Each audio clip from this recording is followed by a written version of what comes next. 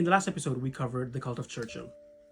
Professor Ali has a radically different idea that the contemporary writers and politicians of Winston Churchill had a completely different take of the man. Building on Anthony Bennett's work, Ali presents the idea that this cult of Churchill started to take shape around the Falklands War.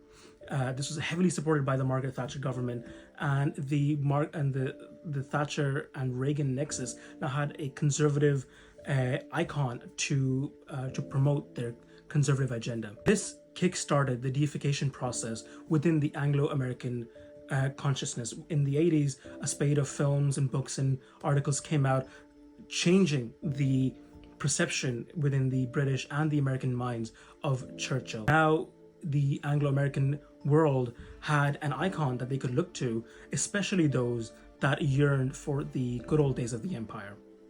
Now, the subsequent hero worship of Churchill is especially mind-boggling because even in his own time, he was never very popular. His own arrogance, the flip-flopping political ideologies, and a general disgust for the British working class never really endeared him to his peers or to the people.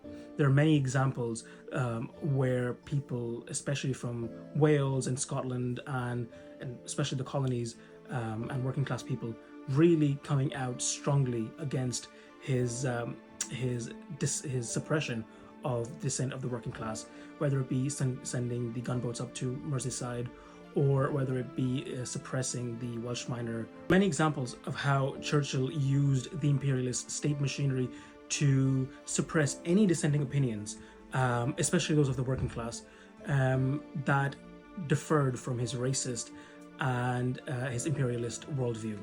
So in the coming episodes, I'll be covering specific examples from this book and also from other sources, and we will discuss more about the crimes and times of Winston Churchill.